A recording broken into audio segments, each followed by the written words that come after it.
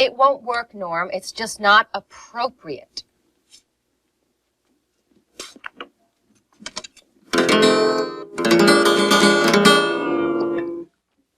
In the first place, to explore the issues of audience and style, right? And we have a wide range of devices we can choose from. Dramatic vignettes, mini documentaries, interview with experts, skits, slide montages, electronic effects. No one said we couldn't use music. Our first priority is to teach, not to entertain. Ah! A country western tune. Let's see, a Hank Williams classic, or maybe a Willie Nelson tune. Or a Minnie Pearl number. Now, the central focus of this program is on language choices and its effect on audience. Right. Well, Hank Williams, Willie Nelson, Minnie Pearl, Johnny Cash are masters when it comes to language choices. Their lyrics are a perfect marriage between audience and style. Look, I'll show you what I mean. Just read the lyrics, Norm. Okay. Remember that old Willie Nelson tune, Whiskey River? Yeah. Check out these lyrics. The lyrics, Norm. Okay. Remember that old Willie Nelson tune, Whiskey River? Yeah. Check out these lyrics. Whiskey River, take my mind. Don't let memories talk to me. Whiskey River, don't run dry. You're all I've got to take care of me. Sounds depressing. But his choice of language communicates beautifully to his audience. I mean, he could have said something like this. Memories of the past are the most unpleasant kind. I think I'll escape them with an endless carafe of wine. Sounds even more depressing. But which lyric is most appropriate for He uses language they would use. Right. Could you imagine a bunch of good old boys out in their pickup truck talking about an endless carafe of wine? But Whiskey River, now that's strong.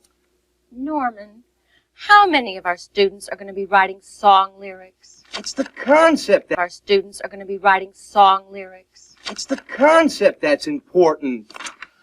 It applies to any kind of writing.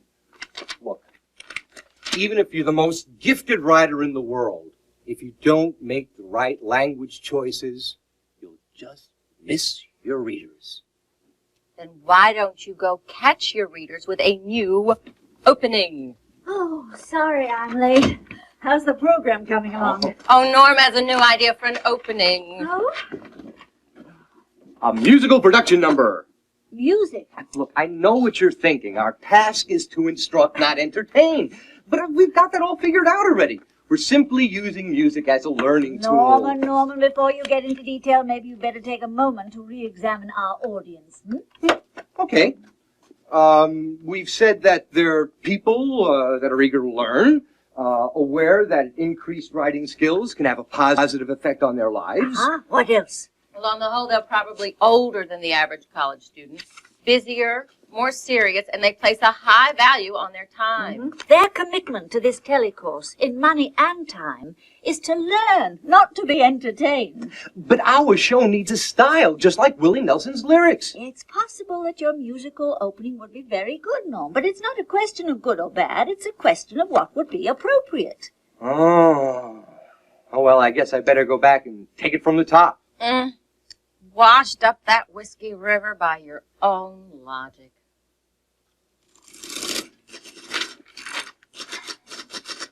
Back in a minute, Gwen. Okay, Norm. Hey, Fred. Hi, Fred. Jenny? Oh, hi, Fred. Well, just dropped in to see my favorite writers. Seen today's paper? No. There's an article in here about the telecourse. There is. Let me see. Well, I'm not so sure you want to read this. Oh, come on, Fred. Okay. Read this part.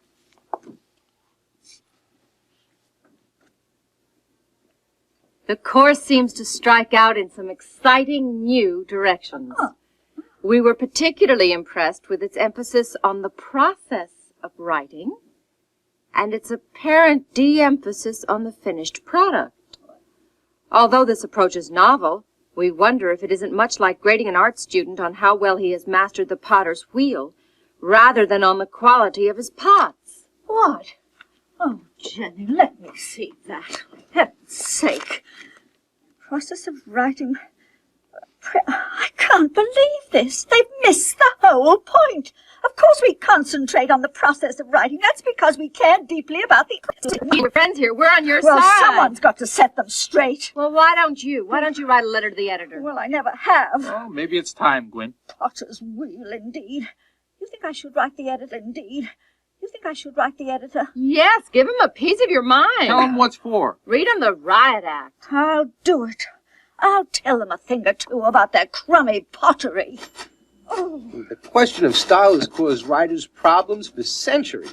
But I thought writers develop style sort of spontaneously. Hemingway, for instance, or Faulkner, or O. Henry. See, those guys had learned that by some writing course. This is something different, Cassie.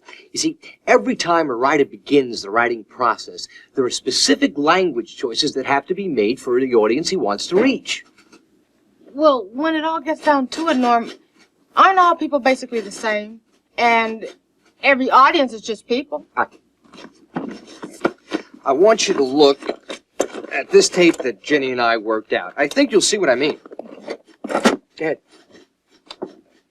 There is a marketplace where the English language is for sale in a startling variety. Row upon row of publications are displayed, each designed for a particular audience.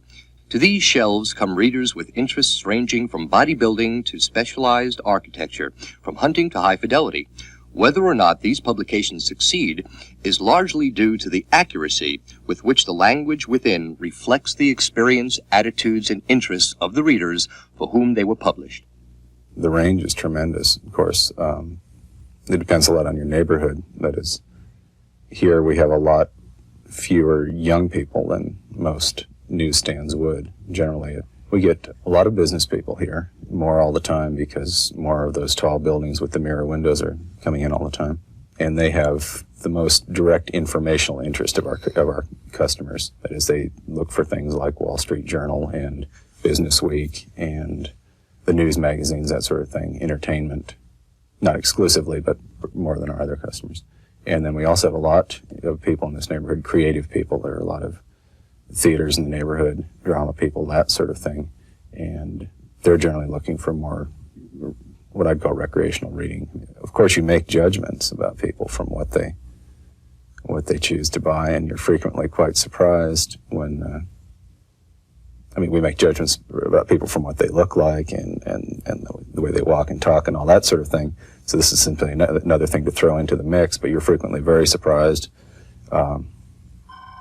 when with either what people choose to buy, which contrasts with their image, that is someone who looks like very cultured and all that sort of thing, and buys a couple of astrology mags, and you figure, so you can go from something that really could be read by a fourth grader with total comprehension, and not particularly advanced fourth grader with total comprehension, which is being purchased as often as not by adults, as well as some of the most dense artistic prose being written in the language right now is somewhere out there on the shelves. The low end, obviously, are things like gossip magazines, most popular music magazines, most movie magazines, which are the same thing as gossip magazines in large extent. The high-end things like serious commentaries on current events, most of the political journals, particularly quarterlies and things like that, but the more serious weeklies and that sort of thing, where they're at odds with somebody else who's saying something very different about the same topic, and the language use has to be very careful to make their argument plain. And then certainly things like the literary journals, most of them anyway, operate at a reasonably high level of language use. That's it, Cassie. And I have some good examples here of what the store manager was talking about. Southwest Arts? Mm-hmm. Now, this is an article written by an artist named Zoltan Szabo. See if you can guess his audience by the style of his writing. The white shapes are painted with appropriate colors of young green aspen leaves, using new gamboge predominantly. For the tree trunks and limbs, I mix burnt sienna, Antwerp blue, and sepia in various combinations. Well, I would say that his audience is other artists. Because only another artist will understand that new gamboge is a color, for example. Good. Okay. Here's another example. This is an article about a painter named Harley Warwick. Okay? And for the last 35 years, he's been painting mail pouch tobacco signs on American barns. During the winter months, for $25 a crack, Harley does a thriving business painting miniature mail pouch signs on homemade birdhouses and mailboxes of simulated barn design. Okay, now this one's different because anybody can understand that. What about $25 a crack? I thought we were supposed to avoid slang. Generally, we should.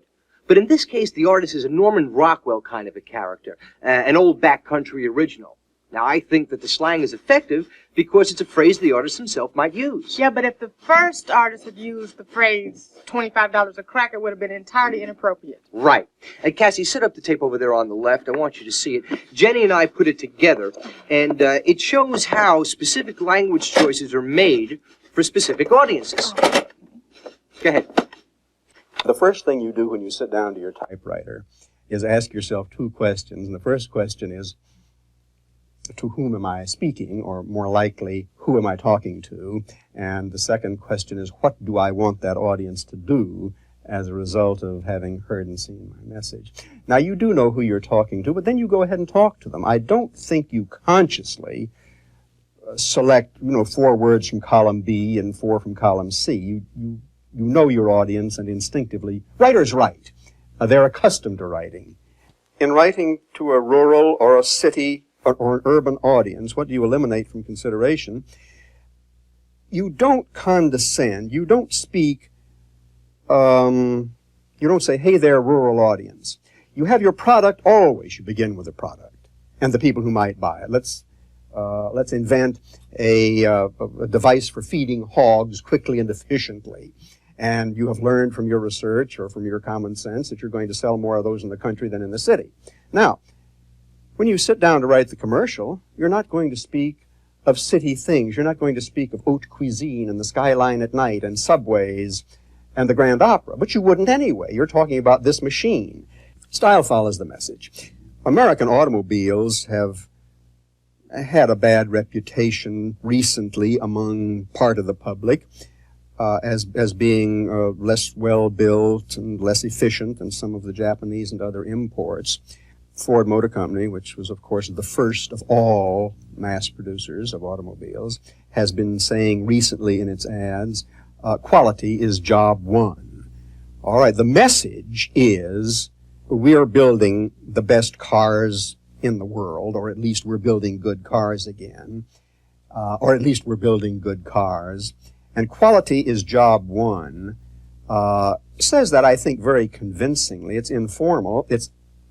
I think probably, if I knew the inside of the advertising group that has written that, I would say it is probably addressed as much to the Ford assembly workers, the Ford line, as it is to the public, to make them aware, yes, we have to do this. Quality is job one is an informal way of saying it. If somebody had wanted to put that in a very elegant, pompous, pedantic English, he might have said, at the Ford Motor Company, our primary assignment is quality work.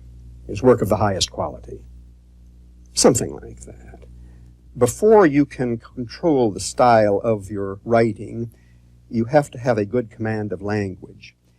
I think we think in language, and the more language you know, the better you can think. And that goes for advertising writers and automobile mechanics and everybody else. The more ideas you can have, the better you can think, the better you function in the world. That's it. What do you think? Well, it's good. I get your point. Excuse me, but could I borrow all of you for a while? Sure. A critique of the letter to the editor, I presume. I didn't think it would be so difficult. Actually, I'm still so mad about the whole thing, I've lost my composure. See what you think about this. Dear Sir, William F. Buckley has been quoted as agreeing with the saying, "It's a sin not to entertain." After reading your article on our English telecourse, I can assure you the writer is as pure as the driven snow and will certainly find his place among the heavenly hosts. The article, with its adroit though nugatory reference to the potter's wheel, was certainly entertaining, but had little bearing on the true nature of our task. That's the first part. You know, Gwen, we'd never know you were upset. It shows? But it's effective. Letters to the editor are supposed to be angry. Well, now I'm really confused. See, because we've been talking about audience and style all day. I'm sorry, Gwen, but are you sure you're writing for the right audience? The editor? And that's not an uncommon choice for a letter to the editor. Yeah, but isn't the idea to get the letter published in the paper? Well, yes. Well, then it seems to me that your real audience isn't the editor at all. It's the people who read the paper. Now the editor might know that nugatory means, Critical. Snidely critical. yeah, but the average newspaper reader won't. And there's something more. Am I going too far? No. Go on, Cassie, please. Well, it seems to me that the whole tone of your language is wrong. I think it's too sophisticated. It's almost as if you were trying to punish the editor. She's right. It is antagonistic. And we do want to win the readers over to our side, right? You're both right, of course. I made a mess of it. Oh, well. I guess I'll feed this to Waldo and rewrite. What is it? It's a gaffed-rigged, bald-headed yawl. Anybody knows that. Oh, we're doing a segment on Joseph Conrad. And this is how I see the East. I have seen its secret places and looked into its very soul. Oh, come on, you guys. Will you give him a chance? Okay, Fred, now tell him what you told me. Okay, well, once upon a time, I fell in love with this old design. And he decided to build the boat from the plan. Touched something of the artist inside of him. So he bought the basic hull, and now he's finishing it out in his backyard. Okay, Fred, tell him about the files. Okay, well, over the years, I've kept files and everything having to do with the boat. I showed them to Norm. Now, there are articles, there's correspondence, sample contracts having to do with building of the hull, designers' reports, And everything in those files was on the same subject. The gaff-rigged, bald-headed yawl. Right. But when you examine those documents, you can see that the writing style from one text to the next is different as night and day. But the subject of the documents is the same. The bald-headed whatever. Right. Look, it was obvious that each one of those documents was written for a different audience. So, thinking that this is the perfect example for our program, I asked Fred if we can borrow his files. We'll sail on. Okay, now this Is a contract. Check out this style. Construction is to be mahogany or Douglas fir for keel, and deadwood with stem, stern post frames, and floor timbers to be of use. You see, when the builder wrote that contract, his main purpose was to make sure Fred had an exact understanding of what he was trying to say. The style is terse, compact, technical, and it assumes that Fred has an expert knowledge. Okay, Fred, show him the next one. Okay, now this is a paragraph from a design report. It's the same subject. But the style is different. Nothing is finer than the reawakening of a great design, and all the more so that it's from the careful hand of Fenwick Williams, who's perhaps best known today for his exquisite cruising catboats. Good old Fenwick. Yeah. You notice how that paragraph communicates feeling as well as fact? The style is more relaxed and informal. It allows the writer's voice to come through. Okay, now here's the last one. It's a letter from Mike Hershey. He's a boat builder. Well, I'm really looking forward to hanging out in the shop all winter and building old Fenwick's boat. And I'll have to agree with Bud McIntosh that anybody else that ain't doing the same is just wasting his time. Same subject, different style. Who's Bud McIntosh? Oh, he's a friend of Hershey's and mine. He's built lots of Fenwick boats. You see, it's a personal letter. See, Hershey knows Fred knows Bud McIntosh, so he doesn't have to explain. They have a common acquaintance. You know, I'd really like to get to know that man. In just a few words, he really revealed a whole lot about himself. Yeah, I like it, Norm. The examples are real, and it has a full range of style, from very informal to very formal. I think it'll fly. I just hope it floats.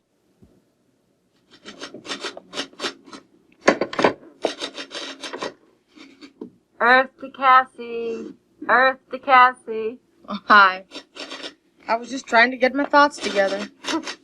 I've been trying to do that for 30 years. Jenny, there's something missing in our program on audience and style. See, I don't think we've dealt with the right issue yet. The right issue? Yeah, see, I guess I'm looking for a style for me. I'm not concerned about writing a contract or an article for an arts magazine. I'm concerned about what's the right style for college and for work. Now, that's the right issue, isn't it, Jenny? Yeah, it sure is. Well, then, what is the right style for Cassie Arnold? Ooh, Cassie. We may have overlooked a critical point. Let's see if we can work this out. Come on, let's clear up your desk. Why? For an experiment. Okay, now let's say that your desk is a continuum of writing styles. This side represents the most informal, and this side represents the most formal. Now, is this yours? Yeah, Ishmael Reed.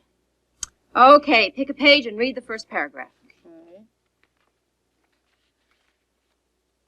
A talented grave robber and second-story man, Hinkle von Vampton, arrives for his assignment one moonlit night in an old rusty World War I surplus submarine, part of an arsenal the Wallflower Order keeps on hand in case its underlings kick up, mostly presidents the likes of the twangy New Englander Calvin Coolidge. Where would you put that writing on this continuum? Over here. It's outrageously informal. Lots of slang. Such as? Well, such as underlings kick up, twangy Calvin Coolidge, and calling that man a talented grave robber and second-story man. Now, this may be okay for these kind of books, but it just wouldn't do well in my history paper. Agreed.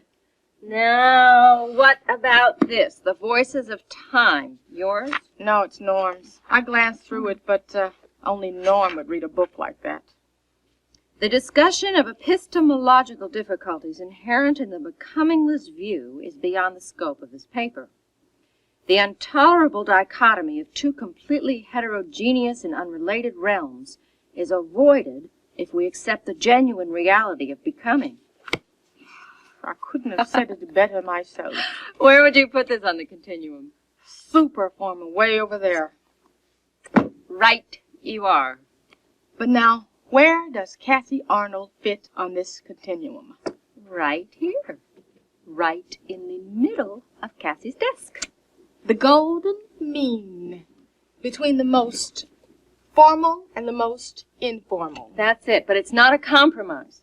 It's the language of college and the business world. Standard English. Sounds dull. No spice. Oh, I can see you're ready for Jenny's famous argument for standard English. 3 statements. Each says essentially the same thing. First statement. You could expect Uncle Sam to do everything for you, but maybe that's putting the cart before the horse. Now, where would you put that on the continuum? Informal, obviously. Now, try this. One might petition favor from the state, yet the reverse philosophy might be more efficacious. Scholarly, formal, obscure language choices. Right. Okay, now we'll say the same thing in standard English. Ready? Ready. Ask not what your country can do for you, but what you can do for your country. Yeah. Kennedy's inaugural address. Powerful stuff, and it's standard English. Well, then I guess the best thing for me would be standard English.